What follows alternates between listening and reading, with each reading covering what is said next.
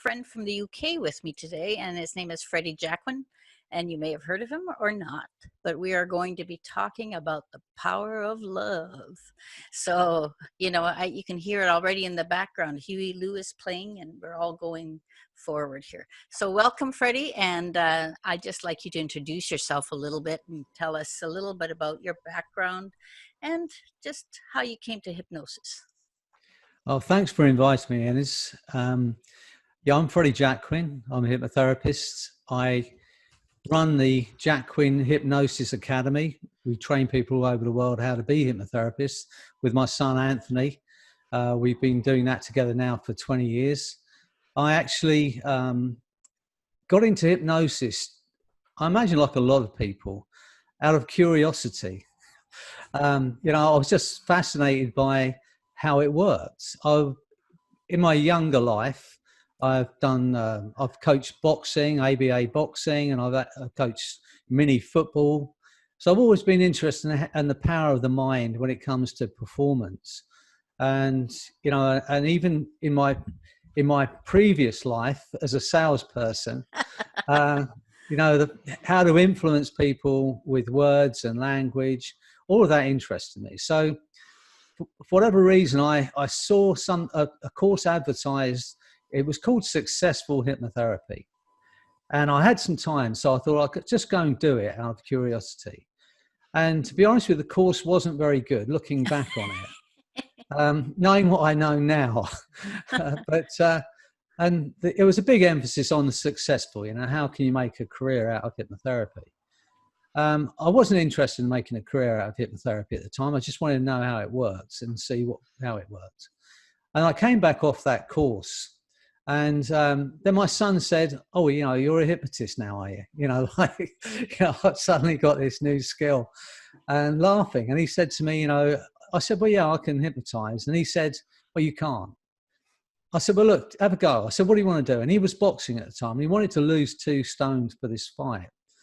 So I said, "Well, lay on the couch," because of that, I'd trained in hypnoanalysis. You've probably heard of it, the old Freudian way of lay on a couch, tell me what you're thinking, and take you back for all the rubbish in your life. It's not a good way to work, but it's how the first course that I did. So I laid my son on the settee. Well, I didn't lay him; he laid down on the settee, and I started doing the relaxation kind of induction. And he lay there all the way through it going, just laughing at me all the way through it, But he stayed there for a period of time. Anyway, long story short, he then lost 2 stone, and he never had. And the only tool I had was a very blunt instrument, was aversion. So I gave him an aversion to potatoes and what else was it? Bread. And so for the next probably 4 years, he never ate any potatoes or bread after. He still doesn't believe he's been hypnotized, but he lost 2 stone. And so, that got me interested. And then when other people hear that you've done hypnosis, can you help me with this? Can you help me with that? And to be honest, I just loved it. And I still do. And I've been doing it for 30 years now. Yeah. And I still love it. I never lose the fascination for how it works. And in that 30 years, there have been people, and you'll know them, who do research into hypnosis, and they've spent 30 years trying to figure out how hypnosis works. And in that 30 years, while they've been trying to figure out how it works or why it works, I've actually helped over 30,000 clients. Yeah. And so for me, I still don't know how it works. I have my theory. We all have theories, right? Yeah, as do a million people on why it works. There are some things in life that you just have to accept are sort of natural phenomena, for want of a better word. Yes. It's a bit like electricity. You can try and figure out how it works, but we use it. We switch on the light and we use it, and it helps us in all kinds of different ways. And if you're really posh, you probably got a car that runs on electric now. But all these things that we use that are super powerful, that help us, a lot of us don't understand how it works. And as I said, there's a lot in the UK now. There's there's a lot of people looking into evidence-based hypnosis. Unless there's evidence to prove it, I'm not going to use it. The truth of the matter is, and I did say this to someone who's looking at evidence-based and, and banging on about the fact that it's got to be evidence-based. I said, the thing is that hypnosis utilizes the imagination. Do we agree on that? Sure, I would definitely agree on that. Okay. So hypnosis uses the imagination, and the imagination is created by the mind. Mm-hmm. Do we agree on that? Yeah, we do. Well, but then the thing is, the mind only exists as a concept in our imagination. That's right. It's totally that way. And that's No one's why... ever held a mind in their head. If you ask a brain surgeon if they've got a mind, they'll probably say yes. And if you ask if he's got a subconscious or unconscious mind and a conscious mind, he'll probably go yes. If you ask him where that mind is, he'd probably tap his skull. Yeah. But the truth is, no one's ever held a mind in their hand. So when we're trying to figure out or trying to explain what hypnosis is, and I said to this man I was talking to, who's completely on about this evidence-based, I said, if hypnosis utilizes imagination, imagination is created by the mind, and the mind only exists as a concept in our imagination. I said, if you've got a picture of a dog just chasing its own tail, that's a perfect analogy. But I always said, the mind is infinite. So let's just keep going. And there's no evidence. I think the evidence base is that you just helped 30,000 people. Well, yeah. I mean, and the thing is, you know this as well, when a client comes to you with a problem and we run our protocol or run our technique with them, the evidence, as you say, is the experience they have afterwards. Yeah. If someone comes in and they're in chronic pain and pills won't touch it anymore, and then they sit with you for a while and you talk to them, because we only have words, don't we? We don't have, well, some people have a swinging watch. I've actually got one, but it's only to frighten people down at the pub. I don't actually use it in the therapy room. But all we have is our words, but the power of words is immense. And so the client that comes in, they really don't care how it works. They just want relief from their pain, or relief from their smoking habit, or their drug problem, or their fear and their phobias. They don't care really how it works. No, they just want to come in and be helped. They want relief from their problem.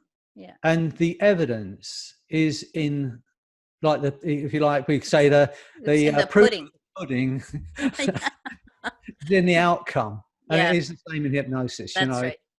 Yes, I'm fascinated, but I'd love someone to say, this is how it works, Freddie. And they've done MRI scans on people's brains when they're under hypnosis. And what they say is there's two areas of the brain. This is the only thing that makes any kind of sense to me in the science behind it. There are two areas of the brain. I think it's called the Anterior Cingulate Gyrus, which is the area of the brain that is involved in planning a future event. Let's say you had to pick a cup up, or you had to drive a car. Before we engage in doing that activity, that part of our brain lights up. So it will plan everything we need to do before we even move.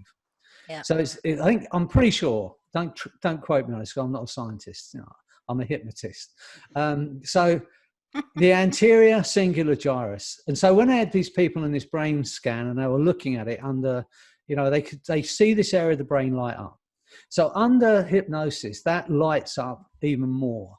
And so closely linked to that is I think it's something to do with the frontal cortex. Okay, I can't think of the name of it now, but that's the part that it's engaged with how we'll feel about a future action.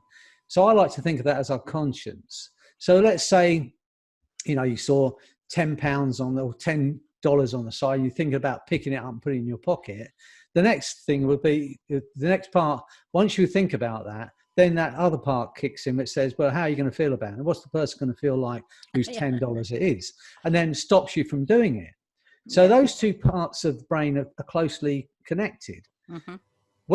But both of those are under kind of strain or stress when you're in hypnosis. So that is why it explains why people can get people to do strange things on stage, because the moment you're hypnotized, that part of your brain that plans the action is sort of suspended, and you can't have a vacuum in your brain. So whatever happens next, your brain just accepts. So when the hypnotist on stage says, a moment, you're Elvis Presley, when the music starts, you're going to sing like Elvis Presley. Well, generally, most of us will go, no, I'm not going to do that because I don't make myself look stupid. But because the other area of the brain, which figures out how you're going to feel about that action, is also not 100%, they tend to do things they wouldn't normally do. So so that makes kind of sense to me. But in a therapeutic situation, the same thing kind of happens. For a while, the conscious part of your mind, the part of you that says, I can or I can't do this, is suspended. Yeah. And then the operator, the hypnotherapist, can then input what that person wants. And generally, and I like to think so, it's what they want to happen next. So let's say someone comes in to quit smoking and now they're in hypnosis. And you say, from today, the need for a cigarette's gone from your mind, gone from your body. You no longer need a cigarette. Then that suggestion is picked up and carried out. And it's so powerful. When we think about, as you know, I developed this technique called the arrow technique. The arrow, for chronic pain. And even though I've been doing that for a long time, maybe 20 years, and I've seen thousands of people around the world, because that's a product people can buy, if you like, are being helped by that. It still amazes me when someone comes into my office, and I'm sure it's the same for you. They come into your office, they've been in pain for years. And I ask the question, is that pain of any use to you? Yeah. If it's long-term, useless, unnecessary pain, as I term it. And then we run one of, the Simpson protocol, you run the arrow technique, and they walk out of there without any pain. It makes no sense at all that should happen, and yet it does. And as I said, we were saying earlier, the client, they don't care how it works. They just want freedom from their pain. They just want to have the outcome. That's what they want to have. Hmm. So I think we'll leave the topic of the power of love till the next time. We're 3 minutes till break. So Sorry, we'll finish talking about this. And I think it's a great idea, because from my point of view is that they totally always come for the outcome. They don't care if, I tell my students, if you're going to make a pre-talk, make it to the person. They don't really want to know what scalpel you're using and what the history is. They don't care. They just want to be helped. And if they're wanting to be helped, then you can help them. That's the whole thing. Yeah, it's exactly right. And as I said, we were going to talk about the power of love, but I've used the word love, but we're really talking about emotion. And we'll get into it in the next part of this chat we're having together. Yeah, it'll be great. It's just understanding that emotion, love, especially positive emotion, and we'll talk about the other side a little bit too, probably. So understand that we are emotion-driven beings, right? And the thing is that we're all being hypnotized all the time. All the time. And we're going to explain what I mean by that in the next section of this, because for me, if I can create an emotion, and if I ask you to think about your partner, your husband, all I need to do, so I can see a smile on your face, I have now created an emotion within you. Yeah. And in that moment, when I spike an emotion, then you're open, or you're more open to a positive suggestion. Yeah. And that's what we're going to be talking about in the power of love and suggestion. And, it's interesting today. I've already explained to the audience lots of times, but there's always new people on this podcast, on this radio show. So we like to tell everybody everything. And I've already sort of told them about hypnosis and world hypnosis, all kinds of hypnosis. And then they go, yeah, yeah. But, you know, what really is happening is, well, we're always in hypnosis. We're Pretty much. always in hypnosis. And I Yeah. think we've got a few seconds left. But when I was Yep. in India last year, and a man said, you're either being hypnotized, you're hypnotizing, or you're already hypnotized. Either way, you're in hypnosis. Yes, I agree. I agree with him. And you know, they have that foundation of very spirituality and all that kind of stuff. And Mm. those people everyone is in hypnosis. The whole world is in hypnosis, and sometimes it's a negative trance, and sometimes it's a positive. Yeah. So we should get rid of the negative more and more all the time. Yeah. So let's just go to break now, and we'll see you on the other side. Okay. You're listening to Hypnosis Everywhere, the Simpson Protocol. To reach the show today, send an email to Ines, that's INES, at InesSimpson.com. Now, back to this week's program. Well, welcome back, everybody. And we're here with Freddie Jacquin, and we are talking about all kinds of things. So we're just going to talk about power of love, emotions, all kinds of things. Sorry, I'll just lead you in by that, and you can just take it from there. Thanks. We harmonized on when we said the power of love then. I thought we Yeah, were going we to did. break into song. But yeah, we were talking just before the break about how everyone's hypnotized, everyone's in Yeah. trance, which for people listening who think, well, no, that can't be true. But, you know, when you understand what hypnosis is and what it's not, you know, for me, as I was saying just before the break, if I can create an emotion, then I can give you a suggestion that's likely to stick or bite. Mm-hmm. You know, and it's very easy in a hypnotherapy session, if you like. You know, most of the people I see will come in with, you know, some kind of behavior that's detrimental to them. They might be smoking, they might be doing drugs, they might be drinking too much alcohol, they may be eating too much. But if I can find, and I'm always looking for what I call levers, emotional levers when people are in, you know, if I ask them to think about their son, they told me they've got a little boy, you know, and I say, you know, I asked a simple question, if you know, if your child's life depended upon you quitting smoking today, would you quit? You know, and I don't think I've seen 25,000 people for smoking, and no one's ever said, no, I wouldn't quit. But then I'll bring that child into as a lever for the emotion. When I get them into hypnosis and I say, think about your son, think about the love he feels for you, think about the love you feel for him. And with that understanding, with that love, there's nothing you cannot overcome. And as you feel that love, the need for a cigarette has gone from your body and your mind. So I will use that emotion in that situation. But for me to induce hypnosis, you know, take someone from what we would call not hypnotized to hypnotized, for me, it's very simple. If I can create an emotion within you, I can give you a suggestion that's going to stick. And I know this is a radio, so it's like it's like showing paintings on the radio. But if you're up for if you're up for experiencing something, Mm-hmm. and you know, obviously people can't see, but you can tell them what your experiences is. If you'd Okay. like to experience something, do you want to demonstrate something to you now quickly? Sure. The Go ahead. power of love, okay? Power of love. Just do this for me, and so you can do this with your eyes open. Yep. Place your arm out in front of you like this, shoulder height, and just look at me and listen to me. And as you listen to me, I want you to just think about Martin. Think about that love of your life. Remember when you first met him? See his face now. Feel that love right now. And as you feel that love, I want you to notice the arms hanging all by itself. Imagine there's nothing you can do about it now, Ines.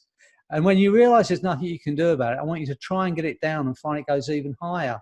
I do not want you to pretend, Ines. Push even harder, find it goes even higher. Put some effort in. Come on, you're a strong woman. Push even harder, find it goes even higher. But are you hypnotized? Is that even your arm? Pull even harder, find it goes even higher. There's something strange is going to happen. The harder you try and get the arm down, the higher the other one's going to lift. Push even harder. Find the other one going up. There it goes. But are you hypnotized? Are you in a trance? Are your eyes closed? Are you relaxed? No. I'm going to click my fingers. I'm going to click my fingers. Your hands will drift down. As they drift down, your eyes will close for a split second. And when they open, you'll have a smile on your face and you understand just how loved you are and how fabulous you are. As a woman, as a hypnotherapist, get ready. That's right. Arms drifting now. I'm feeling absolutely incredible now. Eyes opening. You know, for me, this is not complex anymore. If I can create an emotion within you, and it's very easy because I know you've got a man next to you that you love, I can get you to ask, and I can do that in the therapy room, asking someone about their child. I can do that, you know, and yes, we're going to go through the ceremony of hypnosis. You know, we're going to do, because people expect it. But the reality of it is we can influence someone very quickly by spiking emotion. Now, what we were talking about earlier about how we're all hypnotized, let's take this one step further. You imagine that, you know, you've got a housewife or a woman, she's there with her kids, she's had a really good day, she's happy. Her husband walks in, he had a very frustrating day, and then he makes her feel bad. He upsets her. So he's spiked an emotion, albeit a negative one. And then if he says, well, you know, but you're rubbish and you're, you know, a useless housewife or useless mother, if that happens enough times, then just as in hypnosis, we're going to pick that suggestion up, then that woman's going to start to believe that she is useless, she is a bad mother. Yeah. So, you know, when we understand the power of emotion and suggestion, then we understand that that's going on every day in our lives. Always. All the time. Yeah. And so let's look at this a different way around. As I said, I've been doing this for 30 years or close to 30 years, and I've seen a lot of people. And like most hypnotherapists or most people that work with hypnosis as therapy, people would come in, they'd tell me their problem. I would then think I'd hypnotize them, put them into a trance, and then help them overcome that problem. But once we understand that we're already in trance, albeit most of the time negative trances, you know, I can't do this, I can't overcome that, I'm afraid of this, I can't achieve this, albeit a negative trance. When you recognize that the person walks into your therapy room already in trance, then reality is all I have to do is explain they're already in trance. They always could have quit smoking if they wanted to. They just that the propaganda and the mass hypnosis is you're addicted and you can't quit and it's going to be difficult. Once they recognize they're already in a trance they've been placed in, I can quite easily, and I've done it a lot of times now, I will hypnotize the person. I'll say, I'm going to hypnotize you. And at some point, I'm going to count to 3. And you are going to come out of that 20-year, I can't quit smoking trance. And I'm going to leave you in a positive Freddy trance. Where, of course, I like that. A Freddy trance is good. Oh, yeah, Freddy trance. Where you, of course, you can live your life without a cigarette. You know, they come in with this, you know, I see people weight loss. You know, it's quite, you know, a lot of people go to hypnotherapists for weight loss. And once you recognize they're just in a, I can't stop eating cake trance, or I can't stop, I can't stop snacking trance, you know, and then you explain that to them. You know, at some point in their life, someone said to them, you've got to finish everything on your plate.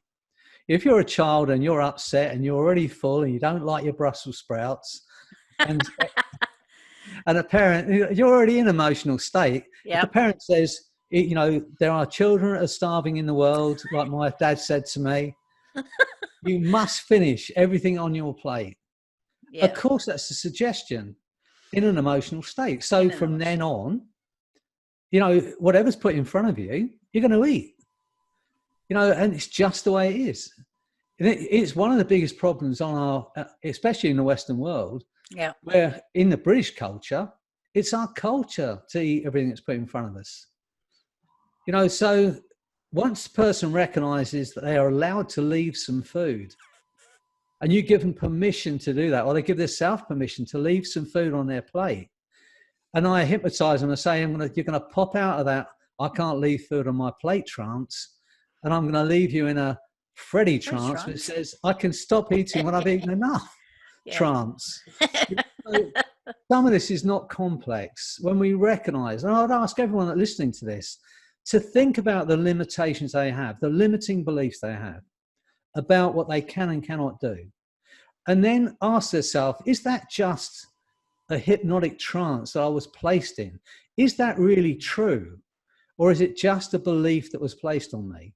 Because when they recognize that it is just a limiting belief or a hypnotic trance that someone put them in, they can say, I choose to believe something else. I Yep. choose to believe that I can do this. Choice is everything, isn't it? Yeah. If it's an irrational fear, and that most people understand what a difference between a natural concern is and an irrational fear, to have a fear of spiders in Canada or America or Australia, where they have bird-eating spiders, there's kind of a natural awareness you need to have. But being afraid of spiders in the UK is pretty pathetic, because there isn't anything over here that can possibly hurt you, and yet people panic. So when a person understands the difference between what I call a natural concern and an irrational fear, and then look at it again and think, well, was that placed on me? Because the truth of the matter is, people don't come into the world, I don't think they do anyway, naturally afraid of spiders. I remember when I've got 4 sons, and they range from 48 to 17. It's the power of hypnosis. But anyway. It's the power of love, I think. When my 17-year-old, when he was a baby, still crawling, a spider went across the room. Because all the adults in the room went, whoa, it's got a big spider. And they all jumped and stood on chairs and all kinds of stuff. And I just thought, I'm not going to let this baby be afraid of these things. And even though it was not really, it went against my natural instincts to pick this spider up. I got on my hands and knees with him. His older brother was 2 years older, maybe 2.5 or 3 years old. He got on my back and we crawled after this spider together. And then I picked it up gently. I opened my hand. I got both of them to touch it, show it wasn't anything to be scared of. And then we let it go outside. But, had I panicked and had they watched everyone else panicking, then they're going to go, well, I'm a child, they're an adult. That must be scary. Yeah. And then I'd have been afraid of it. But most of our fears start with our imagination. Yep. Most of those, just imagine the little pincers on it or whatever. Yeah, we see it in the worst case scenario. Yeah. Yeah.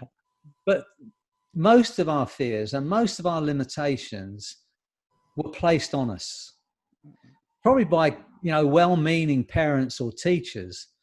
But what I say to my clients now is, whatever their limitations were, the voice in their head that's going, you can't do this, or you're never going to do that, or you're not any good at this, that kind of imposter monster, as I think Laurie Hammond calls it. Once we recognize the voice, and it's probably not ours, and then we recognize that it was only ever someone's opinion. It was never really true. But because they might be someone we admire or someone that we look up to, then we're going to take their opinion and we hold it as truth. And so I'm going to ask everyone that's listening to this to start to just question their limitations and ask whether it's real. And if it's not, then go, okay. And I'm sure you've run these for 2 years now. A lot of the people out there can do their own self-hypnosis. Mm-hmm. And if they can't, it's very simple. Just sit in a chair and repeat the word relax 4 times in your mind. You'll go into a nice light trance and then just count yourself out of the negative trance you've been in and just see what happened. For me. Well, I hope they pick that one up and keep it. Well, why not? Just say, okay, well, I've got a limitation here and I'm not doing what I want to do. I'm going to take myself into hypnosis and I'm just going to do what Freddie suggested and count to 3. And on 3, I'm going to suggest to my unconscious mind that I come out of that negative trance and I'm going to stay in a positive trance. Because let's be honest, none of this exists outside of our skull. Yep. None of it.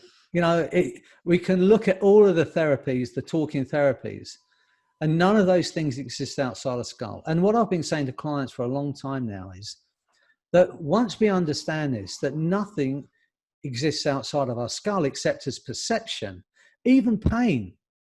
We might be experiencing terrible pain in our knee, but that's not where it's registering.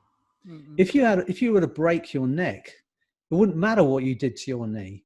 You could cut your leg off. Yeah. Not suggesting you do No, that. no, not a good suggestion. Don't try that at home. But but what I'm saying is, but then we realize that the pain we're experiencing only exists in our skull. True. It registers in our brain. And a lot of pain, acute pain, has a purpose. But most of us, the pain we're suffering, especially when you get to my age, is chronic pain. It's of no use to us. It's long-term chronic pain. And once your brain accepts that, and you can do through hypnosis, it's almost like because I think it's just giving the person permission to go, if it's useless and unnecessary, I can ignore it. And our brain does that. With the arrow technique that I run for chronic pain, people have come from all over the world and said to me, Freddie, how does this work? I'm using it with my clients. I'm using it with my patients. How does it work? And I only have a theory, and like the Freddie trance is a Freddie theory, it's no more real than that. It is a Freddie theory. But we all know that under certain circumstances, if our life is under immediate threat, then we feel no pain. I have women come in and they've got young children, and they've been in chronic pain for years. And I say, look, if your child was about to step on the street in front of the traffic, where would your pain be? And they say, I wouldn't have any pain. So in that moment of understanding and realization, they do realize there is a place they can get to naturally where they can ignore the pain. And so, I don't know, I'm sure you've studied Erickson or you've read Erickson. From my mind, he is the genius of hypnotherapy. He was a genius, total genius. Yeah, he is a genius. And he's one of those people that are placed every now and again, we get them on the planet that step humankind forward by 100 years. And I believe he was that man. And I read about this is a story of Erickson's, and where he went into a hospital. Whether this is true or myth, I don't know, because, people talk about Erickson, there's lots of myth around him, whether he actually did half the things they say he did. But anyway, he was in this hospital, and this woman was in pain. She was dying. She was, she didn't have much longer to live, and she didn't want to be on any more morphine. She wanted to be able to communicate with her family for the last few months of her life, but she was in terrible, agonizing pain. So he just walked in and he looked at her in his bed and he said, if a Bengal tiger burst through that door, where would your pain be? And she just looked at him and she said, I wouldn't have any pain. And then for the next 3 months of her life, or however long she lived for, if anyone asked where her pain was, she would say, I haven't got any pain. I've got a Bengal tiger under my bed. She just managed to hold on to that understanding that she could free herself from the pain. And I believe that is all that's happening. We know about people in war zones where they can get terrible injuries and carry on fighting. And have we got some time left? It's done, is it? Yeah. It's done. We'll go to break now. Okay. We'll just go to break and we'll see you on the other side with the Bengal tiger. All right, great. Thanks. Back to this week's program. Welcome back, everybody. And we're having a great time with Freddie Trance and Freddie Theories. And I'm stealing it. I love it. So here he is, Freddie Jack. Thanks. Well, we were talking about Bengal tigers just before the break. And no, but I think it sort of leads into the way I think about all the work I do with hypnosis. I ran a course back in 2006 for training parents how to use some of these simple hypnotic techniques for their children. Yeah. But back in 2006, it may be better now, the word hypnosis in children, people went, well, no, not hypnotizing kids, that's not going to happen. So I changed it because I do believe this is what hypnosis is. It's a natural, heightened learning state. When we're in hypnosis, we can learn things very rapidly. we can take on board ideas very rapidly and suggestions very rapidly.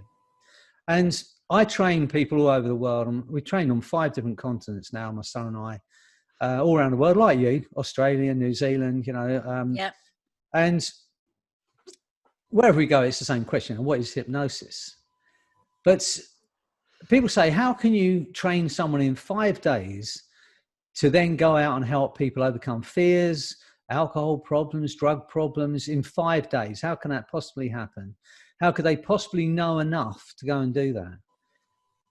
The reason I believe it's possible, and I know it's possible because we train thousands of people who are doing that, is because we start with the assumption that the only person in the therapy room that has the answer to the problem and the resources to overcome it is the person in the therapy chair, not in my chair.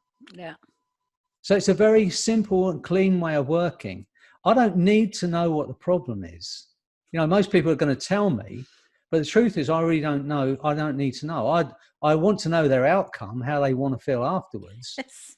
But I'm not really interested in, I am interested, but it doesn't matter to me, because all I have to do as a hypnotherapist is get my client's conscious mind out of the way for a while. So their unconscious mind goes, okay, Freddie, what do you want me to do? And I'm just going to feed back what my client said. And so the unconscious mind, for that period of time, it's open to doing that. The conscious mind, which is the part of us that thinks it is us, in reality is the least dependable part of our being. The conscious mind can only hold 7 plus or minus 2 things at the same time. That's why we remember our phone numbers in chunks. 0751 972 3106. Now you've all got my phone number. But, it's in chunks. So try and remember those numbers in a line would be difficult. So we chunk it down. But our unconscious mind, while you're thinking about what dress you're going to wear, it's taking care of your blood pressure. It's monitoring the environment, thinking that might be dangerous. It's keeping your heart beating properly. It's doing all of those things in milliseconds. And from the moment you draw breath when you are born to the moment you have your last breath, your unconscious mind is never off. It never switches off. It's your unconscious mind that will smell smoke in the house in the night while you're fast asleep, while your conscious mind's fast asleep. It's your unconscious mind that hear the creak on the stairs that shouldn't be there while you're fast asleep. It's always, from the moment you're born to the moment you die, it's monitoring the environment. It wants you to keep you safe. So for me now as a therapist, it's become very simple. I believe, and again, it's just a Freddie theory for what it's worth, that your unconscious mind is only ever trying to do one of 2 things. It's trying to protect you, or it's trying to give you pleasure. So when a client comes in and they're talking about their problem, all I have to really ask myself, is this pleasure or is it protection? And in the majority of cases, I'm sure you'll agree, their problem is one of protection. Yep. The unconscious mind trying to protect them. And sometimes it's doing too good a job. It's stopping them from achieving what they want to achieve. Yeah. And so that's all I have to figure out, really. And then I get their own unconscious mind to make the changes at a molecular, cellular level, if you like. And that's why also we can affect the physical body with hypnosis. Yes. We cannot not affect our body with our thoughts. If you're feeling a little bit depressed and someone's out there, I'm not saying if they're on depression pills and they got chemical depression, but if you're feeling a little bit down, a little bit depressed, just put a smile on your face for 10 minutes. If nothing else, it will really annoy your neighbours by walking around. But you can't smile and continue to feel depressed. You can't exercise and feel depressed because the chemistry in your brain changes when you're smiling. That's right. Erickson, getting back to Erickson, I'm going to tell another story of this as we're talking about depression. Okay. But he had a client came to see him once, and this guy was depressed.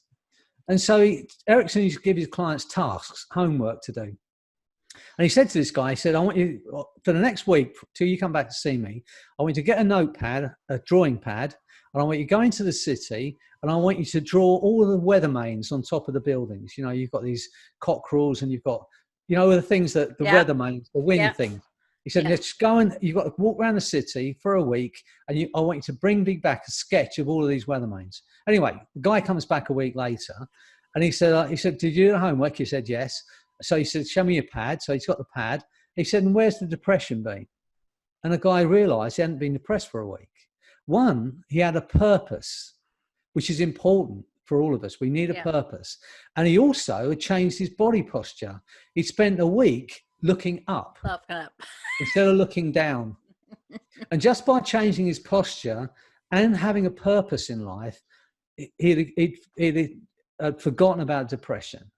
So I'm saying to everyone out there, we can change the way we feel by our body posture. We can stand taller. We can smile. We can laugh. Laugh out loud. As I said, don't do it at the bus stop because it does get a bit dangerous. But and getting back to the power of love, and by changing our emotional state, we can change the way we feel. Our own self-talk is important in this situation. Once we understand the power of love, the power of emotion, put a smile on your face and give yourself a positive suggestion, and you'll find your life changing.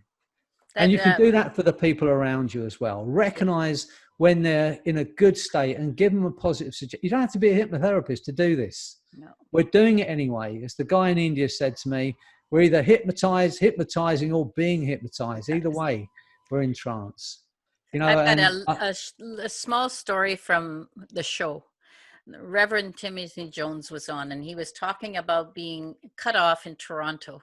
You might have met him, I don't know, when you were there, but he was in there, and they were doing the finger, and and he yelled out, "I love you!" And he did that about 4 times on the way to where he was going. And by the time he came in, he was like, beaming, and that's the changing the level. Exactly. And we all have the ability to do it. Yeah. We have a choice, as you were saying earlier. Yeah. And I remember I saw a client who was depressed. His father had died, his father-in-law had died, and he cared for both those men. And I was talking about choice and he said, well, I'm depressed. And I said, well, okay. So I said, well, what if you were to choose to be happy? Just try it for a week, try it on for a week, pretend to be happy for a week, see what happens. And he said, my auntie, he said, reminded me of something. He said, my auntie, who I loved, he said, when I was a kid, she was my favorite aunt. She was always fun, always jovial, always a good time. He said, and she got married and she fell in love with this man and she loved him and they were really bang in love with each other.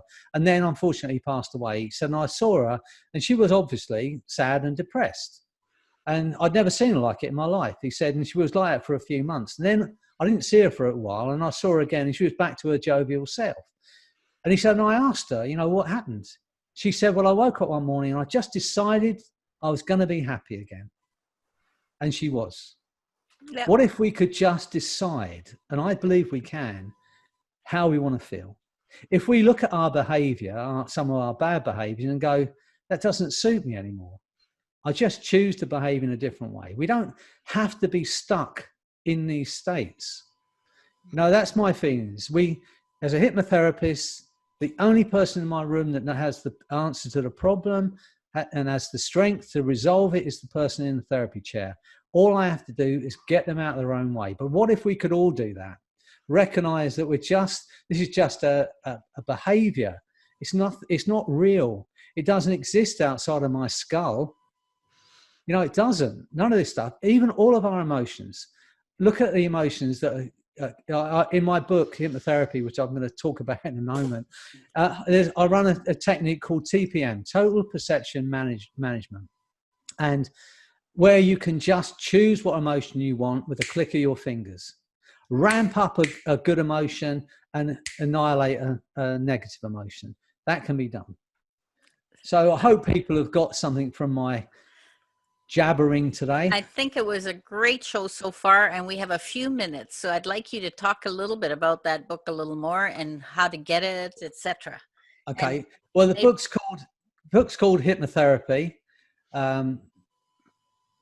Methods, Techniques, and Philosophies of Freddie H. Jacquin. You get it on Amazon. Lots of Freddie theories in there. Yeah. And you can get it as an Audible book as well. And that's selling all around the world. It is the best-selling hypnotherapy book, I believe, on Amazon at the moment. So that's good. You can get it as an Audible. My son and I, Jacquin Hypnosis Academy, we've now got online training. So you can go there. There's a membership. It's very cheap. It's $47, and you can learn everything. He's put everything I've ever done on there. I've said to him, why do you want to do that for $47? He said, I promise it'll be all right. He's given everything away. But you can go and join the JacquinHypnosisAcademy.com. Look for my online training. You can binge watch while we're in lockdown all of my stuff from Las Vegas, all around the world. So yeah, there's that, and there's FreddieJacquin.com. If you want to work with me one-to-one online, or if you want to speak to me online, you can do that. So yeah, that's pretty much me in a nutshell. Quite literally, a nutshell. It's very awesome. So anyway, I think that was great, and you're very succinct and articulate in the simplicity of hypnosis. Thank you. Well, I love it, as you know, and I'm passionate about it. Yeah. And I'm fascinated. I hope the people who are listening to this also get fascinated by it and use it for themselves. It's a beautiful tool. You're sort of singing to the choir here, because I totally am on the same side as you, and I've been promoting self-hypnosis for a long time and self-choice. So you really played right into my hands, which was perfectly done, and I really appreciate it. You can learn that. You can learn self-hypnosis from my book if you want, especially on the Audible. You can experience it. So hypnotherapy, Amazon, Audible. Sounds good to me. It's so nice to speak to you again, Ines. It's been great. Hopefully I'll meet you in the world somewhere soon when we're out of lockdown. Well, hopefully I'll be in the UK when things start moving again, and I'll be there. So that'd be great. And I'll get to see you and Kaz Riley and Bob Burns and everybody that's all been on the show and having a great time. Suspects. Yeah, the usual suspects. Beryl Comar, except she hides in Spain. Yeah, how terribly locked down in Spain. That's terrible for her. Well, no, because she came from Dubai. It's terrible to be, now where she is, she's feeling better now. She's one of my favorite people on the planet, as is Kaz Riley, as is Bob Burns, as is you. So we've got some fabulous people we get to meet. Yes. That's the other joy of hypnosis, that we get to meet some fabulous people. And that's I hope the listeners have enjoyed this little chat anyway. And I wish them all the best. Stay well. Be safe. And thanks everybody for listening, and we'll see you next time.